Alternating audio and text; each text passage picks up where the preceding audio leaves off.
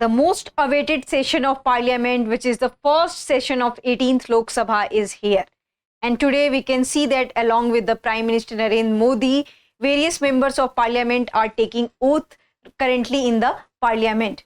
So this Parliament session comes with lots of surprises and challenges. And what's the surprise we have? We have seen that Samajwadi Party leader 𝐿𝐾𝐒 𝐏𝐫𝐞𝐥𝐢𝐬 walked to the Parliament along with the copies of Constitution with the members of Samajwadi Party, and we can also see that INC member Rahul Gandhi and other member also walked to the Parliament along with the copies of the Constitution. On the other hand, we have also seen that Union Education Minister was, when taking oath, we have seen that he has been called out for the UGC NET cancellation exam and also for the NEET scam. So this Parliament session comes with lots of controversy, challenges and surprises. However, we will also see that so many first-time MPs are taking oath currently in the Parliament. Hello and welcome to the In News series of Drishti IAS. I am Ritu and today's session is about first session of the 18th Lok Sabha. And in this session, we are going to know about the nitties-gritties of the MP and what's their oaths and what's their affirmation process. So this session is important for your GS2 perspective. Moving towards the points of discussion.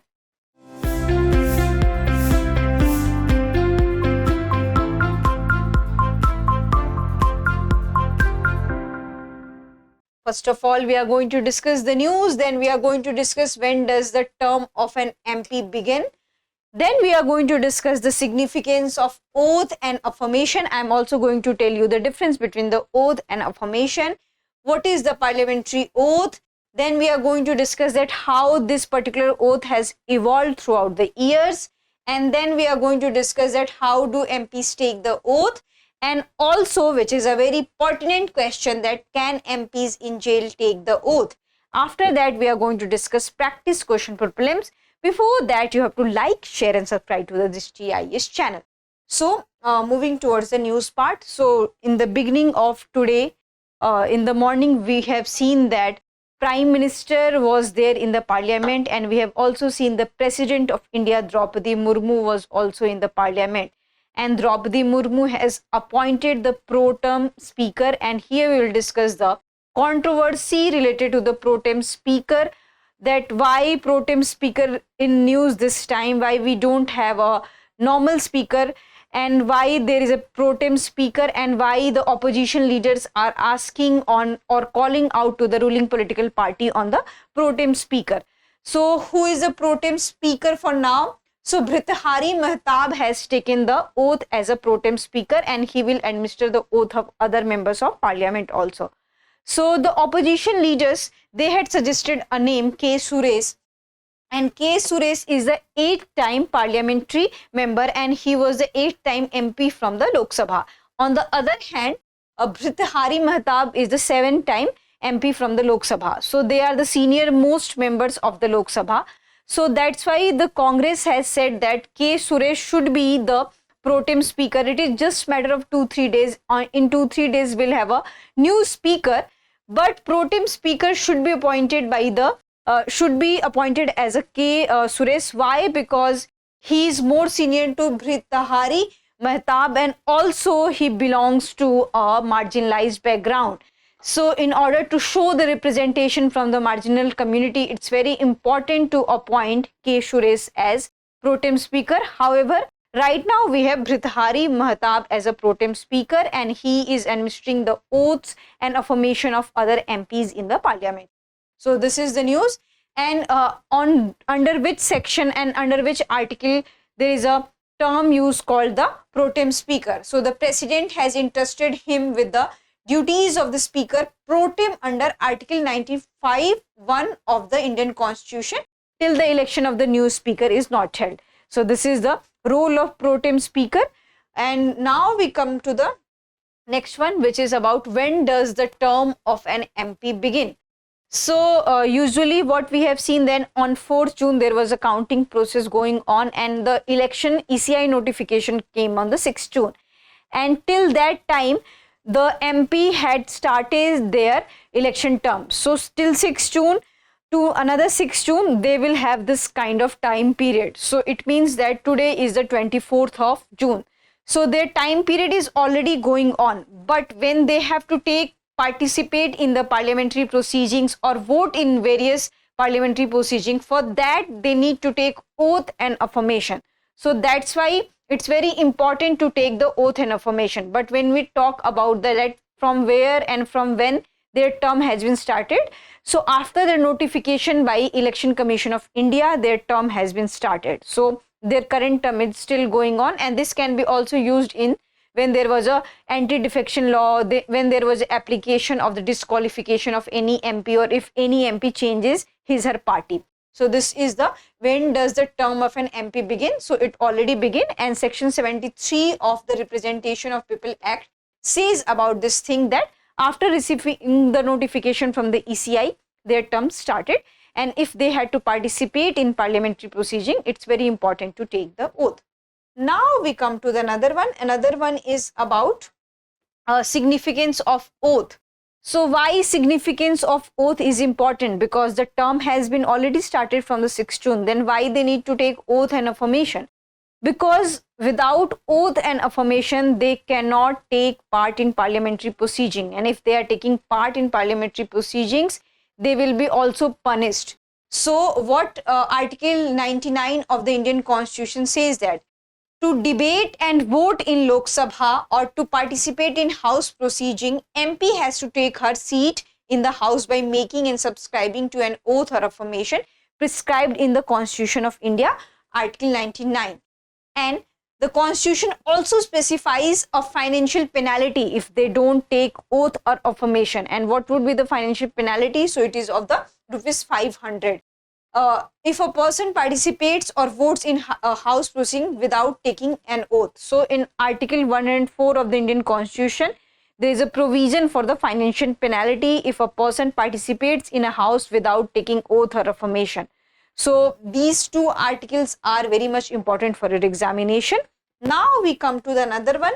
Another one is about what is the parliamentary oath. So here I'll make you the difference between the oath and affirmation.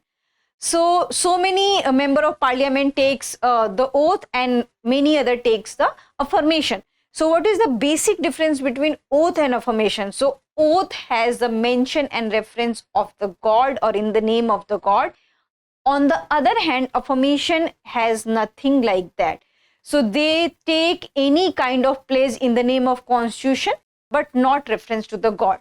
So this is the Constitution of the third schedule contains the text of the parliamentary oath. So whenever there will be the question in your examination that in which schedule it talks about the oath, so the third schedule contains the parliamentary oath provisions, and this is the format of the parliamentary oath that it reads: I, whatever the name MP has, having been elected or nominated a member of the Council of State or the House of the People, do swear in the name of God.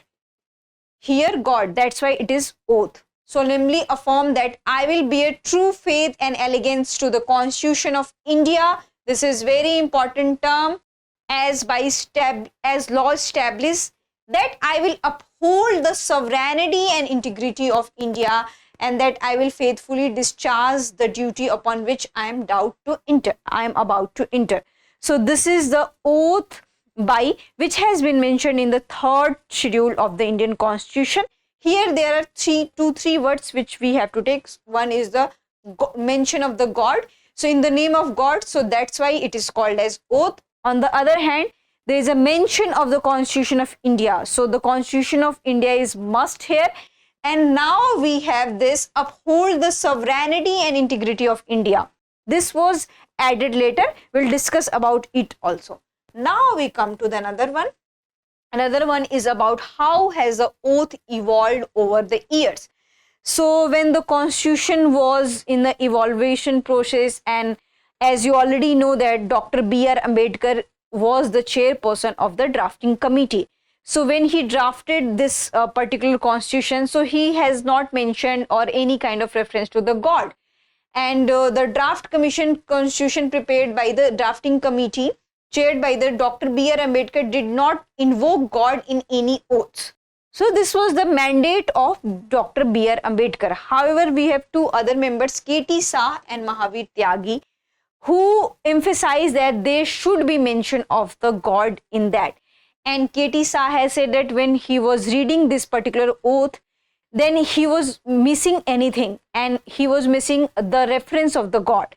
Later this debate erupted and there was a solution made, and B.R. Ambedkar also accepted that suggestion that okay, there will be the name of or reference of the God, and if anyone wants to take the reference of the God, they can take it, because for them God is the sanctiest authority.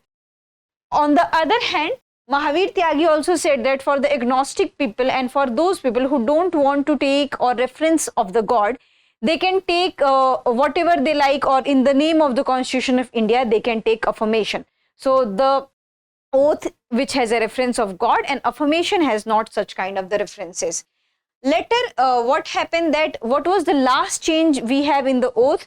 So the Constitution 16th Amendment Act 1963, which had added, I had already told you that there was an inclusion of two words, India's sovereignty and integrity. So these things were added later, which is in 1963 by 16th Amendment Act. This is also very much important for your examination. Now we come to the another one. Another one is about how do MPs take the oath. So before being called upon the dais to take the oath, the MP must submit their election certificate to the Lok Sabha staff. This is very much important. And Parliament added this safeguard after an incident in 1957 when a person who is from the unsound mind elected and he was taking oaths. So in that condition, it has become very mandatory to take this kind of thing. We had also references of Sadhvi Pragya case and Swati Maliwal case. So why it is very important to discuss Sadhvi Pragya case and Swati Maliwal case? So what had happened in 2019 when Sadhvi Pragya was taking the oath? She has used suffix with her name. Then it was discarded by the then speaker. Later, what happened in Swati Maliwal case when she was taking her oath and when she finished her oath, later she said 𝐈𝐀𝐒 𝐏𝐫𝐞𝐥𝐢𝐬, and the chairperson of the Rajya Sabha said that you had to retake the oath. So you don't have to use anything, whatever it has been written in third schedule in the oath, you have to take accordingly. Now we come to the another one. Another one is about, can MPs in jail take the oath? This is very important question, because this time also we have seen that a few of the members who are still in the jail, but they had won the election. So what is the provision for them? So if any MP is not attending any session for consecutive 60 days, the seat declared vacant. So in that scenario, it's very important for a person to take oath in the parliament. So this particular reference has been used by various judges whenever they had to allow any prisoners to go to the parliament and take the oath. And we have also case of Atul Kumar Singh MP from Ghosi in Uttar Pradesh in 2019 Lok Sabha. What we have seen that the court had allowed him to come to the parliament and take the oath by January. So this was the case, and they can also take the oath, but it up to the court that when the court is allowing them to take the oath in the parliament. But for them also, oath and affirmation is mandatory. Now we come to the question part. The question is, consider the following statement regarding Indian oath ceremony of the member of parliament. On the day of oath ceremony, their term in the parliament will start. I had already discussed that whenever their term will start, and then we have the second one, they can use suffix in their name while taking oath. Here they are asking the not correct ones, and your options are 1 only, 2 only, both 1 and 2, neither 1 nor 2. So you have to answer it accordingly. This is very easy one. I know you will answer it accordingly in the comment section. I hope you like this session. If you have any queries related to the session, kindly ask in the comment section. Thank you.